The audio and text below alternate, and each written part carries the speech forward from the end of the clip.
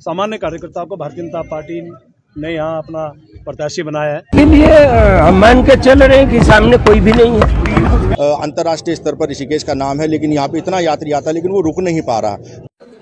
ऋषिकेश नगर निगम को लेकर सबके दावे अपने अपने हैं, अपनी अपनी दलीलें भी हैं, लेकिन सवाल सबके सामने एक जैसे हैं और इन सवालों के सहारे ही समीकरण बनाए भी जा रहे हैं, समीकरण बुने भी जा रहे हैं, बिसात बिछाई भी जा रही है। भारतीय जनता पार्टी हो या कांग्रेस अपने अपने कैंडिडेट डिक्लेयर करने के बाद जनता के निशाने पर भी हैं, लेकिन सवाल प्रेमचंद अग्रवाल की साख का है तो वो एक बार फिर उसमें कामयाब रहे कि अपने करीबी को टिकट दिला दिया, लेकिन उनके करीबी ने उनके ही सामने यानी मंत्री के सामने ही मंत्री की पोल भी खोल डाली और बता दिया कि खामियां क्या क्या रह गई।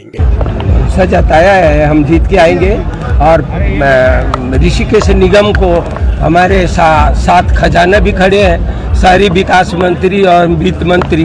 तो मुझे लगता है कोई भी ऐसा काम ऋषिकेश का नहीं है जो रुक सके। किन मुद्दों पर क्या मुद्दे रहेंगे आपके? मुद्दे तो जो शहर के समस्या है उसको ठीक करेंगे, जैसे पार्किंग नहीं है और भी चीज नहीं है, तो माननीय मंत्री जी से फंड लेके बहुत सारी चीज है जिसपे हम काम करेंगे।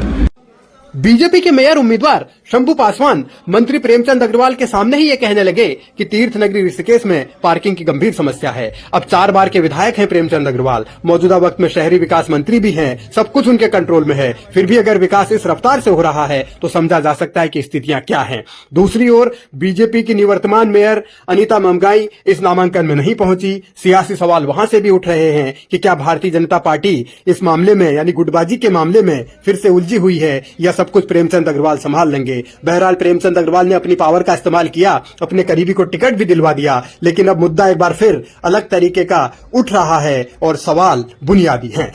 मृदुभाषी एक कार्यकर्ताओं को, सामान्य कार्यकर्ताओं को भारतीय जनता पार्टी ने यहाँ अपना प्रत्याशी बनाया है। और मैं एक ही बात कह सकता हूँ कि जो एक छवि हमारी साफ छवि हमारे प्रत्याशी की है, हम एक तरफा सीट ये निकालेंगे और हमारे 40 प्रत्याशी जिनको टिकट दिया है बहुत अच्छे ढंग से बातचीत करके निर्णय उनके पक्ष में हुआ है। मैं उनके प्रति भी शुभकामनाएं व्यक्त कर रहा हूँ। सभी प्रत्याशी, मुझे ऐसा लगता है कि सामने शायद कोई चुनौती नहीं है और एक तरफा सीट हम लोग यहाँ नगर निगम की इस बार निकालने जा रहे हैं। मंत्री प्रेमचंद अग्रवाल सब कुछ ठीक होने का दावा कर रहे हैं। बहरहाल उन्होंने अपनी ताकत भी दिखा दी कि वो किस तरीके से ऋषिकेश में एक छत्र नेता हैं, उनका ही सब कुछ दावा चलता है, उनका ही यहाँ राज चलता है। इसीलिए अपने करीबी बिहार मूल के शंभू पासवान को टिकट भी दिला दिया। अब सवाल यही उठ रहे हैं कि क्या राष्ट्रीय दलों को कोई ऐसा उम्मीदवार नहीं मिला जो पहाड़ मूल का हो। कांग्रेस पर भी इसी तरीके के सवाल हैं कि उन्होंने भी पहाड़ी नेताओं को नजरअंदाज किया, नकारा और अब जिनको टिकट दिया है उनकी अपनी दलीलें हैं। प्राथमिकताओं के रूप में मैं कहना चाहता हूं कि यहाँ की सबसे बड़ी जो विकराल समस्या है, क्योंकि इतना अंतर्राष्ट्रीय स्तर पर ऋषिकेश का नाम है लेकिन यहाँ पे इतना यात्री आता है लेकिन वो रुक नहीं पा रहा। ना रुकने का कारण है यहाँ पे पार्किंग की व्यवस्था ना होना और वो अपने आप को बाईपास करके यहाँ से आगे निकल जाता है। तो यहाँ पर एक तो पार्किंग की व्यवस्था सबसे मेरी प्राथमिकता रहेगी। मेरी प्राथमिकता यहाँ पर नदी, यहाँ पर जो नालों की जो समस्या और ड्रेनेज की जो बहुत बड़ी समस्या है वो मेरी प्राथमिकता में रहेगा।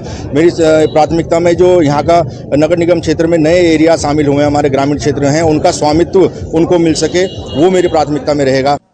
भारत का संविधान देश के किसी भी नागरिक को देश के किसी भी हिस्से में चुनाव लड़ने की इजाजत देता है, बस उसके मानक पूरे होने चाहिए।